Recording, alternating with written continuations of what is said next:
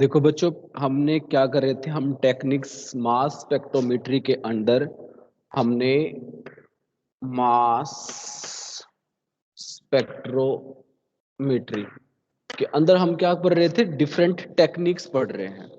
ठीक है, आयनाइज करने के लिए अपने मॉलिक्यूल्स को आयनाइज करने के लिए हम क्या कर रहे हैं, डिफरेंट टेक्निक्स कर रहे हैं। और डिफरेंट टेक्निक्स में मैंने आपको बताए हैं जैसे कि केमिकल आयनाइजेशन मेथड है। ठीक है, और उससे पहले इलेक्ट्रॉन आयनाइजेशन मेथड था। तीसरा फिर था, मैंने पढ़ा था आपको फील्ड एडजॉर्प्शन था। तो चौथा हम पढ़ रहे हैं FAB। FAB क्या होता है? This is the fast atomic bombardment. Fast atomic bombardment. तो ये हमने टेक्निक्स करनी है। तो फास्ट एटॉमिक बम्बार्डमेंट मेनली हम क्या करते हैं, इसमें हम जिनोन गैस यूज करते हैं। ठीक है, कौन सी गैस यूज करते हैं? Xenon gas. तो जिनोन गैस लिखो इसमें, xenon gas take the noble gas. Xenon gas जो है हम इसके अंदर कौन सी गैस लेते हैं? Noble gas. ये नोबल गैस लेते हैं हम। ठीक है, xenon gas take the noble gas, it first change into the radical cation. सबसे पहले जो हमारे पास जिनोन है वो किस में कन्वर्ट होता है, उसको आप इलेक्ट्रॉन आयनेशन करते हो और वो किसके अंदर कन्वर्ट हो जाता है? जिनोन कैटायन फ्री रेडिकल के अंदर, और दो इस तरह से इलेक्ट्रॉन लेके बाहर आ जाता है। ठीक है, फिर इसके बाद जो हमारा कैटायन जो बनता है देन गेट्स एसिलेटेड। अब वो क्या होता है, ये वाला जो है वो हमारा क्या होता है, एसिलेट होता है। ठीक है, एसिलेटेड एसिलेटेड हो जाता है और डायरेक्टेड, एसिलेटेड और डायरेक्टेड हो जाता है। डायरेक्टेड में इस तरह से, इस तरह से। ठीक है, फिर क्या होता है, and this xenon gas react with acylated इसके साथ। फिर हमारी क्या करती है, जो जिनोन गैस होती है वो इस एसिलेटेड कैटायन के साथ क्या करती है, रिएक्ट करती है।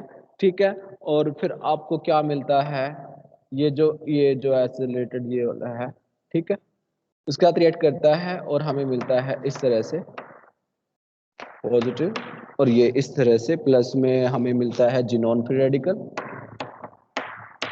इस तरह से मिल जाता है।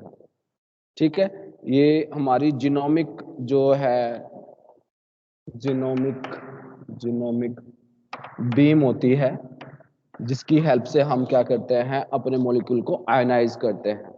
इसमें एडवांटेज क्या है, mainly it can be used for the determination of polypeptide and high molecular weight of polymer. यानी इसकी एडवांटेज ये है, एडवांटेज क्या है, इसमें हम हाई मोलिकुलर वेट, ठीक है, और मेनली पॉलीपेप्टाइड जो कंपाउंड्स होते हैं उनके लिए हम इसका क्या करते हैं, यूज करते हैं। और डिसएडवांटेज क्या आ जाती है इसकी, तो it can not be used for ionization and it cannot be used for ionization of low molecular weight compound। यानी हम लो मोलिकुलर वेट के लिए इसको हम यूज नहीं कर सकते। तो ये इसकी आपने खास ध्यान रखना है। इसके बाद आता है हमारा नाइट्रोजन रूल है, कि नाइट्रोजन रूल हमें क्या बताता है, कहता है कि अगर आपके पास कोई मोलिकुलर फॉर्मूला है, नाइट्रोजन रूल लिख लो, nitrogen rule, nitrogen rule, nitrogen rule. अगर आपके पास कोई कंपाउंड का मोलिकुलर फॉर्मूला है, ठीक है, और उसके अंदर अगर एक नाइट्रोजन है, अगर उसके अंदर क्या है, ओनली वन नाइट्रोजन है, देन आपका जो कंपाउंड का जो मोलिकुलर वेट आएगा वो भी क्या आएगा, ओड आएगा। ये कहता है अगर आपके कंपाउंड के अंदर दो नाइट्रोजन है तो आपका मोलिकुलर वेट क्या आएगा, इवन आएगा। क्या आएगा, इवन आएगा। ये बात आपने ध्यान रखनी है। ठीक है, बट ये कहता है कि ये जो मोलिकुलर वेट ओड और इवन जो है वो बिल्कुल राइट आएंगे। राइट कब आएंगे, जब आप क्या यूज करोगे, बिल्कुल नो आइसोटोपिक ग्रुप, मतलब उसका आइसोटोप आपने यूज नहीं करना। जैसे कि ब्रोमीन है, मेनली जो ब्रोमीन है आपको पता होना चाहिए वो किस में एग्जिस्ट करता है, 79 में है और वो 81 में भी है। ब्रोमीन जो होता है 79 में भी होता है और ब्रोमीन जो होता है 81 में भी होता है। बट जो हमारा ये यूज करना है आपने, मैं अभी आपको कुछ एग्जांपल लेके हम डिस्कस करते हैं कि नाइट्रोजन रूल किस तरह से फॉलो हो रहा है। इन्होंने एक फॉर्मूला दिया मुझे, दिया है, जैसे सपोज करो आपने एक है आपके पास एनिलीन है, एनिलीन है NH2, ठीक है। NH2 कंपाउंड है, तो उसका आपको क्या लगता है मोलिकुलर वेट कैसा आएगा, ओड में आएगा, इवन में आएगा? अब नाइट्रोजन तो एक है, तो आना किस में चाहिए, ओड में आना चाहिए। तो आप निकाल सकते हो, तो यहाँ पर कितना है C6H5 और 2 कितने हो गए H7 और ये N, ये इसका फॉर्मूला था C6H5 7 का था। तो आप मोलिकुलर मास निकालिए, ठीक है, +7 प्लस में 14, तो कितना आ गया 84 +7 प्लस में 14, ठीक है, तो कितना हो गया 91 प्लस में 14, तो कितना आया यहाँ पे कैलकुलेट करके आया है, सॉरी 12×6 = 72 है, दिस इज द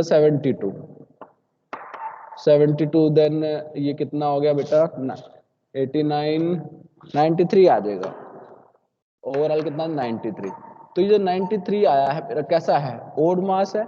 अब मैं एक कंपाउंड और लेता हूं, अगर मैं यहाँ पर क्या कर दूं, इसके अंदर एक नाइट्रो ग्रुप को इंसर्ट कर दिया हमने, NH2 ये, NO2 ये।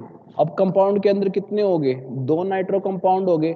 अब 2 नाइट्रो कंपाउंड है, तो इसका मोलिकुलर मास क्या आना चाहिए था, मोलिकुलर मास कैसा आना चाहिए था, इवन आना चाहिए था। तो हम देखते हैं कि इवन आएगा या क्या आएगा। फॉर्मूला बनता है इसका C6H6N2O2, C6H6 कैसे, 4 और 2 6, 2 N हो गए N2 एंड 2 होगी क्या, O2 हो गया।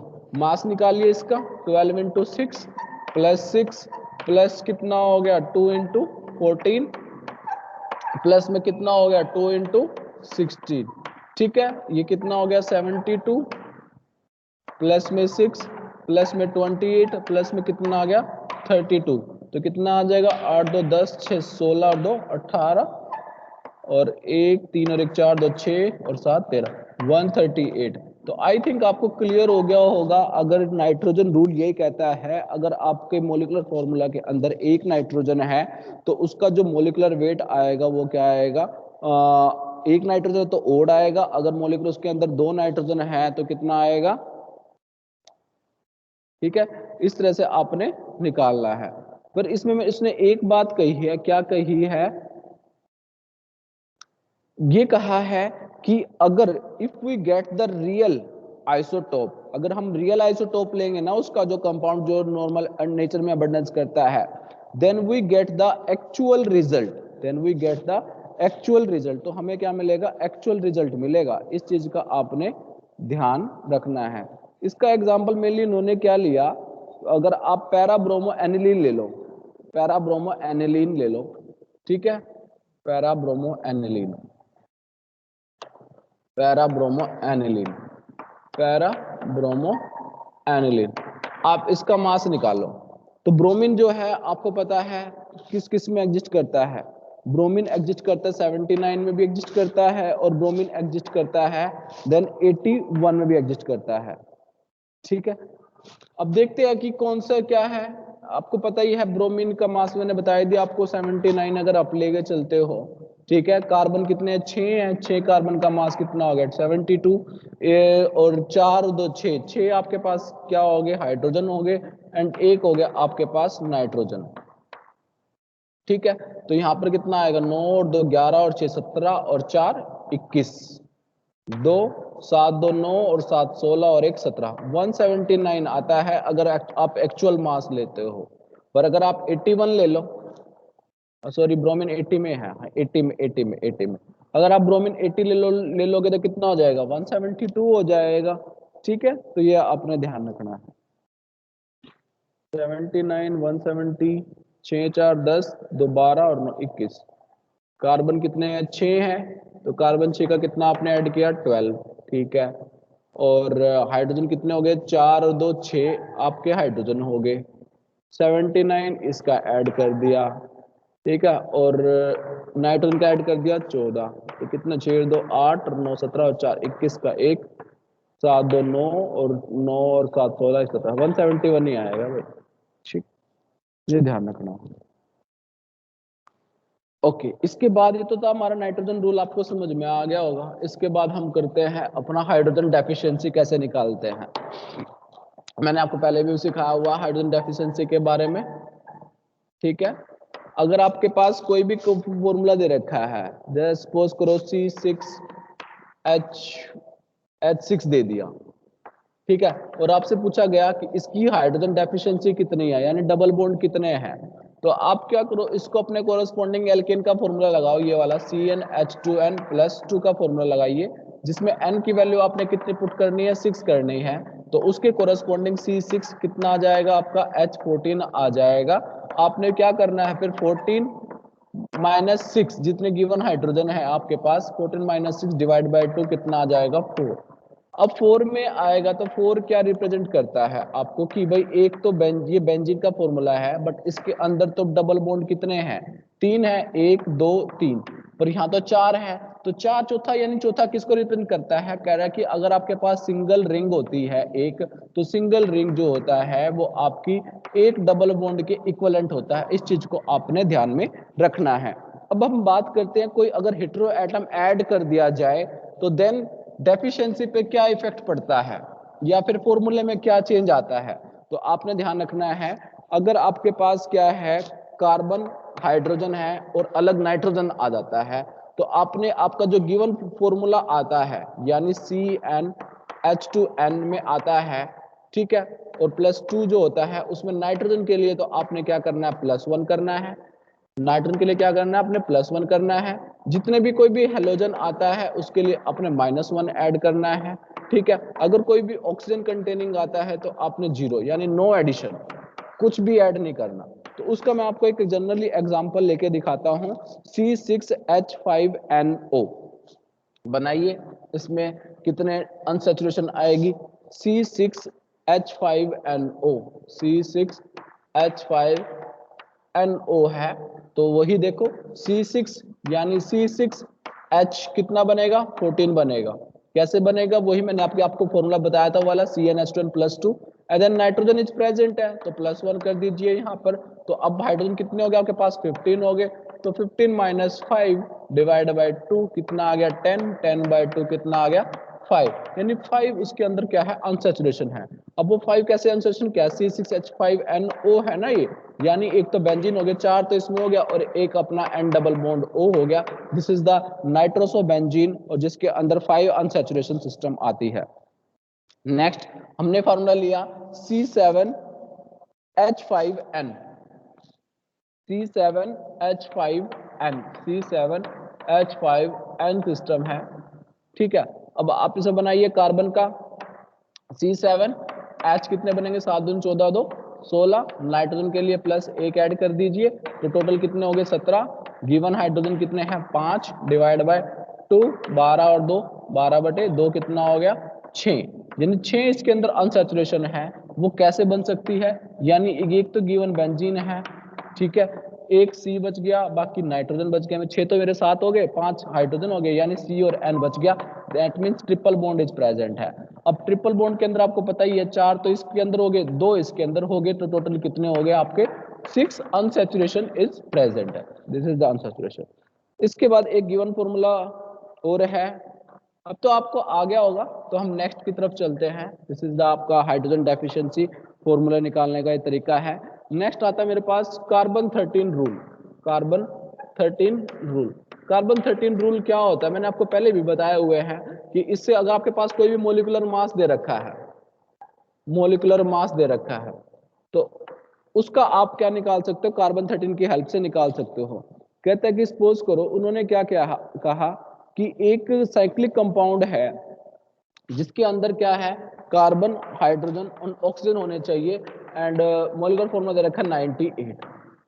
तो सबसे पहले आप क्या करोगे, 98 को कार्बन 13 यानी 13 से डिवाइड करोगे, तो डिवाइड करने पर फॉर्मूला बनता है 13 सत्ते 94, यहाँ पे कितना है 7, तो ये होता है आपका N, ये ध्यान रखना, दिस इज द R, ठीक है।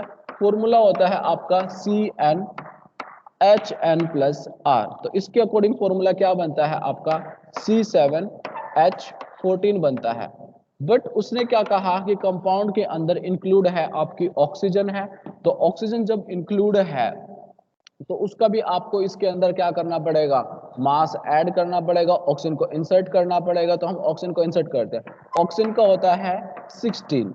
अब इसमें से कितने कार्बन हाइड्रोजन हटाए, क्योंकि हम एक 16 यानी कि कार्बन ये तो हटा नहीं सकते, तो हमें कार्बन यानी CH12 तो इसका हो गया, और 4 इधर हम ये ले ले, 12 और 4 16, यानी अगर हम CH4 इसमें से माइनस कर दे और ऑक्सीजन को इंसर्ट कर दे तो हमारा मोल का फॉर्मूला तैयार हो जाएगा। तो C7H14 है ना, तो CH4 माइनस करे इसके अंदर से तो क्या रह जाएगा, C6H10 और देन इंक्लूड ऑक्सीजन। अब अगर आप इसका भी निकाले मास तो इतना ही आएगा, ये ध्यान रखना है। This is the carbon 13 rule है। मैं एक आधा और एग्जांपल ले लेता हूं और विद कोई भी ले सकते हैं। अब जैसे इसकी, अब आपके पास C6H10O है, चलो हम एक कंपाउंड बना के देखते हैं कि ये कंपाउंड है क्या। तो सबसे पहले मैं क्या करूंगा, C6H10O है, मैं इसके अनसैचुरेशन निकाल के देखता हूं कितने अनसैचुरेशन है। तो C6H कितने बने मेरे पास, 14 बनेंगे। तो 14 माइनस क्या करूं मैं, गिवन हाइड्रोजन कितने मेरे पास 10 है, डिवाइड बाय 2 कितना आ गया, 4/2 यानी 2, यानी इसके अंदर 2 अनसैचुरेशन है। अब स्टेट चेन में तो हो नहीं सकता ये, ठीक है, देखते हैं। तो मैंने एक फॉर्मूला बनाया ये साइक्लिक, तो C6H12 शो कर रहा है ये, ओके। पर अगर मैं ये तो बना, ये तो बन नहीं सकता 6 रिंग में। अगर हम 5 मेंबर रिंग बना दूं, अब ये बन गया मेरे पास C5H10 बन गया, और एक कार्बन ऊपर लगा दो इस तरह से। नहीं नहीं देखें कितने हो गए, ये तो हो गए मेरे पास 2 यहाँ पे, 2 4 2 6 2 8 8 हो गए। बट हाइड्रोजन मेरे पास कितने होने चाहिए, 10 होने चाहिए। तो 10 में कैसे बनेगा, या फिर ये तो कितने हो गए, 1 2 3 4 5 6 7 8, ये भी यहाँ पे 9 आता तो ये तो बनेगा ही नहीं, ये सिस्टम नहीं बन सकता। अगर हम ये देखें C6H10O इसमें बन रहा है 6 कार्बन हो गए, 2 2 4 यस 2 6 2 8 और 2 10। तो ये मेरा ये कंपाउंड बन सकता है। एक कंपाउंड और बना सकते हो आप, ये 5 तो ये हो गए, छठा ये हो गया CHO लगा दो। तो वो डिपेंड करता है अब आपको गिवन टेस्ट कौन सा दे रखा है। अगर वो कहेगा कि भाई इस कंपाउंड के अंदर टोलन टेस्ट पॉजिटिव आना चाहिए, ठीक है, फिर तो आपका फॉर्मूला बनेगा यही एग्जिस्ट करेगा। अगर वो ये कहे वो टोलन टेस्ट नहीं दे, वो कंपाउंड ऐसा बना वो टोलन टेस्ट नहीं देना चाहिए, तो फिर तो कार्बन कंपाउंड का ये बनेगा। यानी डिपेंड ऑन द आपको टेस्ट गिवन क्या है। तो ये इस तरह से ये आपका है।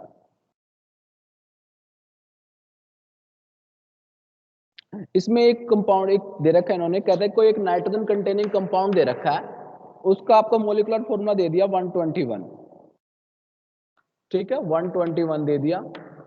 और क्या कहता है, गिव्स नाइट्रस एसिड टेस्ट, ओहो नाइट्रस एसिड टेस्ट देता है HNO2, but no dye test, no dye test, dye test नहीं देगा। नाइट्रस टेस्ट पॉजिटिव दे देगा बट डाई टेस्ट नहीं देगा, ठीक है। और ना ही वो क्या करता है 2,4-DNP टेस्ट देता है, ना ही वो 2,4-DNP टेस्ट दे रहा है। तो कहता है कि बताइए फॉर्मूला क्या है, स्ट्रक्चर क्या है। अब आपके पास मास दे दिया उसने 121 दे रखा है।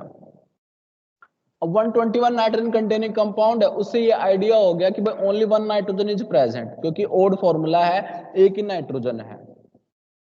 तो 121 को आपने कार्बन 13 रूल लगाया तो कितना हो गया, ये आ गया 13 निम्मा 117, तो यहाँ पे आ गया 4। तो यानी क्या बना आपका C9HN+R, यानी ये बन गया C9H13 बना।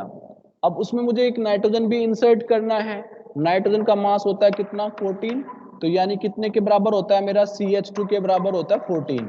तो इसमें से एक CH2 माइनस कर देता हूं मैं। तो CH2 जब माइनस करा तो मेरे पास फॉर्मूला क्या बना, C8 H11 देन N। मेरे पास ये फॉर्मूला तैयार हो गया C8H11N। अब सबसे इसके बाद मैंने चेक करी उसके अंदर अनसैचुरेशन कितनी है। अनसैचुरेशन टेस्ट करने, अनसैचुरेशन के लिए मैंने फॉर्मूला लगाया इसका C8H11N। तो C8H18 प्लस नाइट्रोजन है तो एक ऐड कर दिया, कितना बन गया C8H19। देन 19 माइनस 11/2 कितना आ गया 8/2, 8/2 यानी 4। अब इसका मतलब है उसके अंदर 4 डबल बॉन्ड है और C8 भी और हाइड्रोजन भी कम है, तो इसका मतलब क्या है कि उसके अंदर कोई रिंग प्रेजेंट है। रिंग मैंने बना दी बेंजीन, बेंजीन बना दी। अब यहां से मेरे पास कितने निकल गए, यहां से C6, अगर यहाँ पे सब्स्टिट्यूएंट है तो C6 मेरे पास H5 निकल गए हैं, तो रह कितने गए मेरे पास C2 H11 में से 5 गए, कितने बच गए 6N। अब मेरे पास ये सिस्टम रह गया। अब C2 के यानी C2 है तो 2 कार्बन तो ये हो गए, अगर मैं H2 लगा दूं तो 4 तो ये हो गए। अब एक नाइट्रोजन भी तो रह रहा है, 2 नाइट्रोजन साथ लगा दो तो हमारे का फॉर्मूला मेरा तैयार क्या हो गया, ये वाला तैयार हो गया CH2 NH2। अब ये देखो अमीन तो लगा हुआ है, डाई टेस्ट तो देगा नहीं क्योंकि डायरेक्टली बेंजीन रिंग से तो अटैच नहीं है, बट HNO2 टेस्ट दे देगा और HNO2 टेस्ट करके क्या बना देगा, इस NH2 को किसमें चेंज कर देगा, अल्कोहल में, OH में। ये आपने ध्यान रखना है।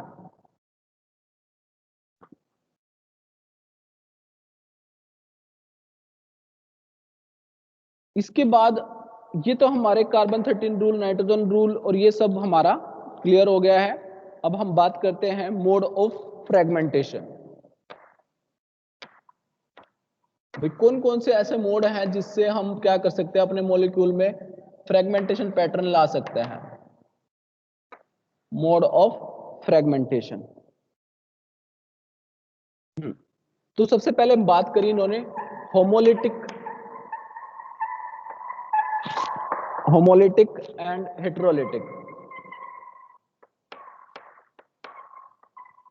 हेट्रोलिटिक मोड से। कहता सपोज करो आपके पास कोई ए बी है, कोई एटम है, तो सबसे पहले आपको उसको क्या करना पड़ेगा, आयनाइज करना पड़ेगा। आयनाइज करने पर वो क्या बनाएगा, ए बी, इस तरह से आपको मॉलिक्यूल दे देगा, मॉलिक्यूलर आयन। अब ये क्या आपको 2 पॉसिबिलिटी दे सकता है।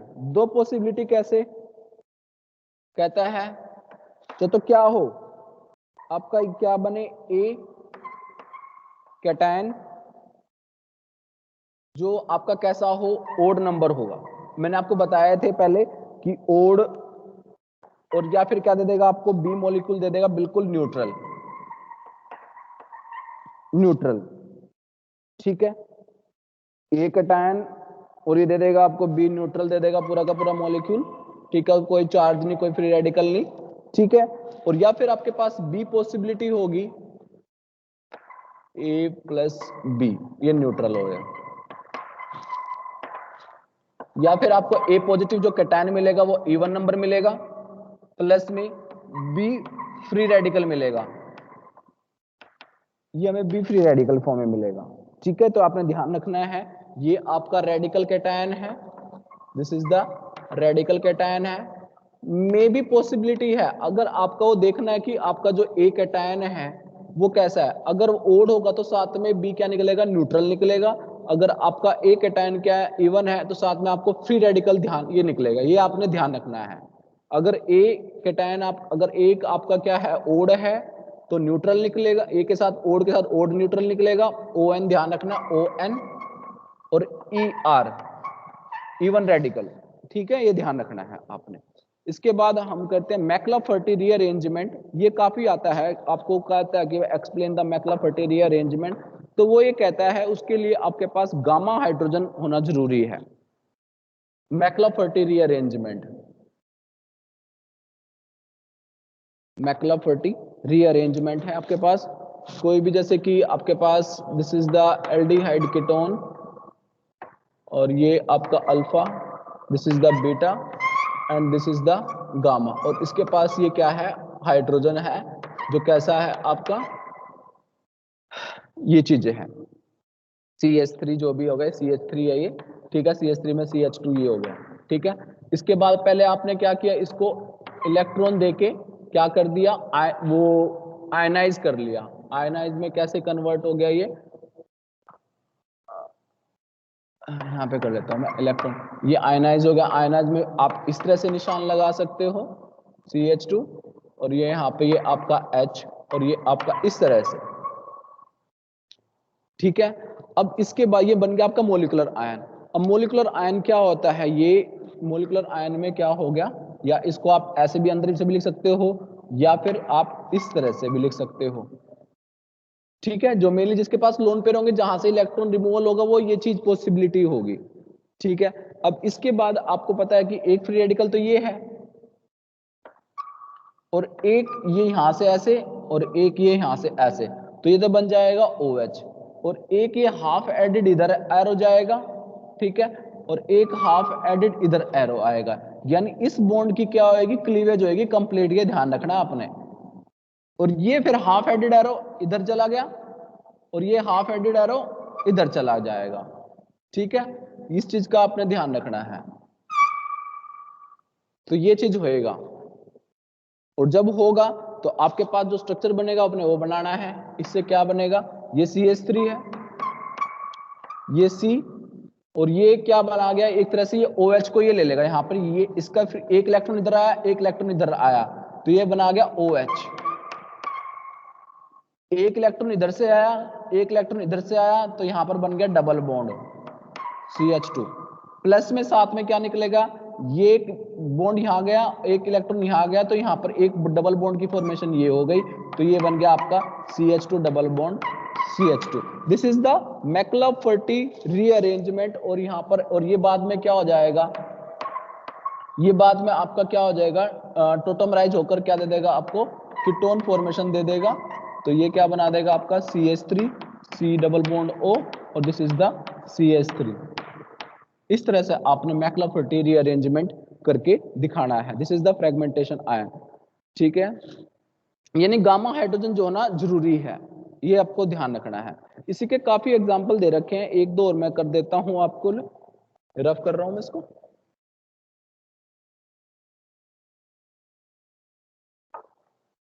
इन्होंने एक कंपाउंड ले रखा है ये, अगर आपका मोलिकुलर आयन जो है ये है आपका, ओके दिस वन, और अल्फा बीटा अनसैचुरेटेड भी होना चाहिए सिस्टम। यानी सिस्टम कैसा होना चाहिए आपका, alpha beta unsaturated. Alpha beta यानी गामा पे दिखाता हूं मैं आपको अभी कैसा, अल्फा बीटा कैसे कह रहा हूं मैं, या क्या बात कर रहा हूं। This is the alpha, this is the beta, अगर आपके पास ऐसा सिस्टम हो, और ये आपका गामा हाइड्रोजन है।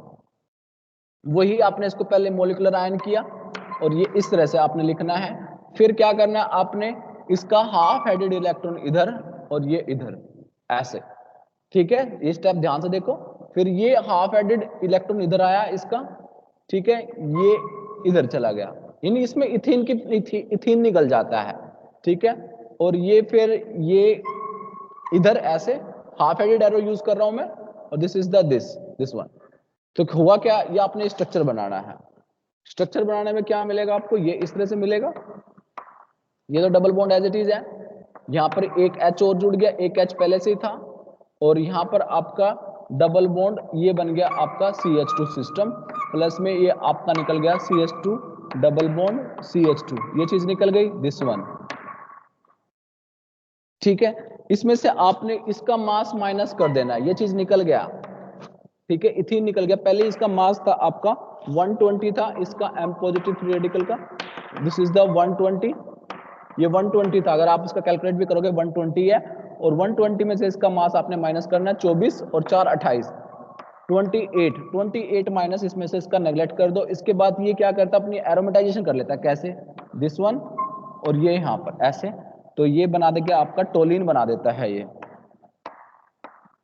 ये इधर, ये इधर, ये इधर, और ये बन गया आपका CH3, ठीक है। और इसका मास कितना आ जाएगा, अब 120 माइनस 28 कर दिया, तो ये आ गया 292, दिस इज द 92 आपका मास आ जाता है, इसका 92। तो यानी इस तरह से अपने फ्रेगमेंटेशन करनी होती है, जिसका मोलिकुलर आयन लेके उसमें से जो पार्ट एलिमिनेट हो गया है उसका मास माइनस करके उसका मास आगे निकला है। यानी इस तरह से आपको फर्दर उसमें पीक दिखाई देगी। आपको कहेगा क्वेश्चन के अंदर कि इसके अंदर 92 98 पीक आ रही है जो कैसी स्टेबल है, तो 98 पीक कैसे आएगी वो आपने सोचना पड़ेगा। वो सोचना कैसे पड़ेगा, जो अगर इसके अंदर मैक्लाफर्टी रीअरेंजमेंट हो रही है। मैक्लाफर्टी रीअरेंजमेंट कब हो सकती है, अगर आपके पास सी डबल बॉन्ड हो सिस्टम हो और उसके पास क्या हो, आपके पास गामा हाइड्रोजन हो, या फिर आपके पास कार्बन कार्बन डबल बॉन्ड हो उसके पास गामा हाइड्रोजन हो। इस तरह से आप क्या कर सकते हो, मैक्लाफर्टी रीअरेंजमेंट पॉसिबल कर सकते हो। ये तो था मैक्लाफर्टी रीअरेंजमेंट का, ठीक है। इसके बाद हम करते हैं रेट्रोडील-सल्डर रिएक्शन। ये डील सल्डर रिएक्शन आपने पढ़ा होगा पेरिसाइक्लिक के अंदर या फोटोकेमिस्ट्री के अंदर, जिसमें पढ़ा होगा। अब हम कर रहे हैं रेट्रोडील-सल्डर रिएक्शन। डील-सल्डर रिएक्शन क्या सिस्टम है, अगर आपके पास दिस वन है, ये साइक्लोहेक्सीन थी और इसको मोलिकुलर आयनाइज करके ये चीज में कन्वर्ट किया गया है। तो ये रेट्रोडील-सल्डर रिएक्शन किस तरह से शो करता है, बॉन्ड की क्लीवेज कैसे करेगा, तो देखो ध्यान से। इसको यानी रिंग आपने क्या करना है, ओपन करना है। तो रिंग ओपन कैसे होगी, ये डबल बॉन्ड जो है ये वाला, ध्यान से देखो, ये इधर हाफ हेडेड इधर चला गया और ये बॉन्ड इधर आ गया, हाफ का हाफ इधर आ गया और हाफ इधर आ गया, ठीक है। इसका हाफ इधर चला गया, इसका हाफ इधर चला गया, तो यानी यहां तक, यानी ये बॉन्ड क्लीवेज हो जाएगा। तो ये आपको इस तरह से ये आ जाए, ये बन जाएगा, देखो ये इधर, ठीक है। जैसे अगर मैं नॉर्मल वैसे दिखाऊं मैं आपको, ये था, तो ये हुआ क्या है एक्चुअली, ये बॉन्ड इधर शिफ्ट हो गया, ये बॉन्ड इधर शिफ्ट हो गया और ये बॉन्ड इधर शिफ्ट हो गया, तो एक तरह से ये बन जाता है। पर आपने तो इस तरह से दिखाना है, तो इसमें आपको इस तरह से आपको पास कंपाउंड मिल जाता है, ये तो निकल गया, ठीक है। और इस तरह से इसका मास निकाल देना, जैसे इसका मास निकाल लोगे आप, जितना भी होगा उसमें से इसका मास 28 माइनस करके आपने यहां पर लिख देना है, ठीक है। ये ध्यान रखना है आपने, M-28। इसके बाद है मेरा ऑर्थो इफेक्ट है, ये पेपर में कई बार काफी डायरेक्टली आ जाते हैं एक नंबर के अंदर। Give example of McLafferty rearrangement, give the example of ortho क्या कहते हैं retro Diels Alder reaction, gives an example of ortho effect. Now अब मैं करा रहा हूं आपको ऑर्थो इफेक्ट। अगर कहीं पर भी कह रहा है कि ये चीज ज्यादा मेजर इंपॉर्टेंट है, अगर कहीं पर भी आ जाते हैं तो आपने इनको ज्यादा से प्रेफरेंस देनी है, ठीक है। अब ऑर्थो इफेक्ट में क्या है, आपके पास क्या है, ऑर्थो सैलिसिलेट, जैसे कि मेरे पास ये है एक एग्जांपल, इस तरह से है, और यहाँ पे मेरे पास है C double bond O, this is the OR, और यहाँ पे मेरे पास है OH। ये ऑर्थो इफेक्ट शो करेगा। ऑर्थो इफेक्ट में ये बिल्कुल सही है। अब क्या करना है आपने, इस बॉन्ड को जो है ये आपका मोलिकुलर आयन बन चुका है, वही आयनाइज करके दिखाना है, ठीक है। और यस, ये इधर जाएगा, ठीक है। जैसे ये इधर जाएगा, ठीक है, तो ये इधर चला जाएगा, यानी ये इधर गया, ये इधर गया और ये ऐसे गया, दिस वन, ठीक है। आपके पास ये बन जाएगा, किस तरह का स्ट्रक्चर बनेगा, ये तो एज इट इज है, ये double bond O and this is the double bond C double bond O, ketene example जैसे ये है, और प्लस में क्या निकल रहा है यहां से ROH, यानी आपका जो यहाँ पे मास होगा, ठीक है, उसमें से किसका मास माइनस कर देना आपने, ROH का, ठीक है। तो ये आपका उसका मोलिकुलर मास आ जाएगा। This is the ortho effect का एग्जांपल का है, यानी C6H4 generally ester and some time ether also, generally ester और ether also give the example of ortho effect. This is the ortho effect है। आपके पास ऑर्थो पोजीशन पे OH होना चाहिए या कुछ भी होना चाहिए। तो किस तरह से करा है मैंने, ये यहां पे गया, ये यहां पे गया, तो ये वाला बॉन्ड इधर से ये शिफ्ट गया, तो ROH माइनस हो जाएगा इसमें, ये आपने ध्यान रखना है। This is the example of ortho effect.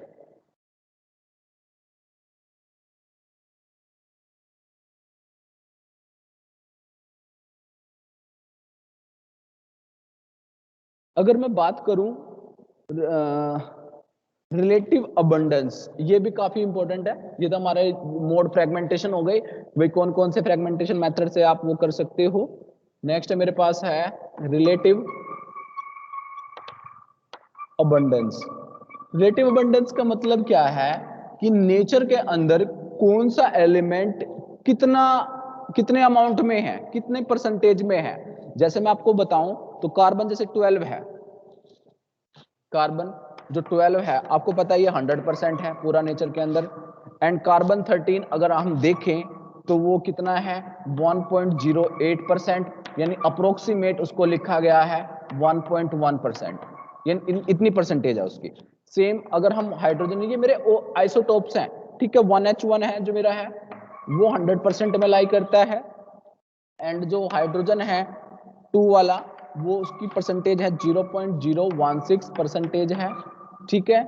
और नाइट्रोजन की अगर मैं बात करूं 14 नाइट्रोजन की वो 100% है। एंड कितना होता है, एंड अदर नाइट्रोजन यानी 15th में जो नाइट्रोजन है उसकी जो अबंडेंस है नेचर के अंदर 0.356 परसेंटेज है, ठीक है। यानी ये जितने भी सारे मेरे ये हैं, अगर मैं इनकी बात करूं ये मेरे एम पूरे एम है, मतलब एम मोलिकुलर आयन है ये पूरा का पूरा, इस तरह से है। बट ये जितने भी ये सारे ये हैं मेरे, ये है M+1, क्योंकि इसमें मास में देख रहे होंगे कि एकक ऐड हो रहा है ना। तो दिस इज द M+1 है। और M+1 का जो परसेंटेज निकालने का फॉर्मूला है, भाई किसी का भी आपने M+1 अगर मान के कोई फॉर्मूला दे दिया कंबाइन फॉर्मूला, उसके अंदर इतने हैं तो उसकी M+1 परसेंटेज कितनी आएगी, तो उसका फॉर्मूला क्या है आपका number of carbon atom, number of carbon atom, जितने भी कार्बन एटम हैं मल्टीप्लाई 1.1 से। नंबर ऑफ कार्बन एटम को आपने मल्टीप्लाई करना है कितने से 1.1 से, प्लस नंबर ऑफ हाइड्रोजन, अगर उसके अंदर ये चीजें हैं, दो ही चीजें हैं, नंबर ऑफ हाइड्रोजन जितने भी होंगे उसको आप कितने से मल्टीप्लाई करोगे, कितने से मल्टीप्लाई करोगे 0.016 से। तो उसकी क्या आ जाएगी टोटल M+1 परसेंटेज आ जाएगी। फॉर एग्जाम्पल मैंने आपको एक फॉर एग्जाम्पल लेके चलते हैं हम ये आपने नोट कर लिया हो तो देख लो एक बारी अच्छे से। ओके, आपको फॉर्मूला आ गया वो निकालने का। अब आपके पास क्या दे रखा है, एक फॉर्मूला दे दिया C2H2 C2H2 एंड N2, ये दे दिया। मतलब जितने भी उसके अंदर नाइट्रोजन है, कार्बन है, सबको उससे अपने मल्टीप्लाई सर कर। स्क्रीन हाँ रुकी हाँ हुई है, है, स्क्रीन रुकी हुई है और तो इफेक्ट पे ही अब दिख रहा है। तो पहले नहीं बोल सकते थे।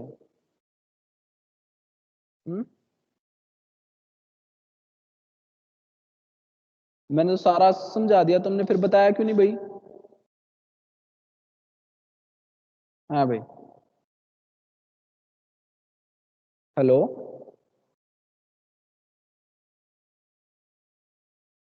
Yes sir. मोना बेटा फिर पहले बताया क्यों नहीं आपने। सर मुझे लगा ठीक हो जाएगी थोड़ी बहुत देर में, वो एकदम से फिर हैं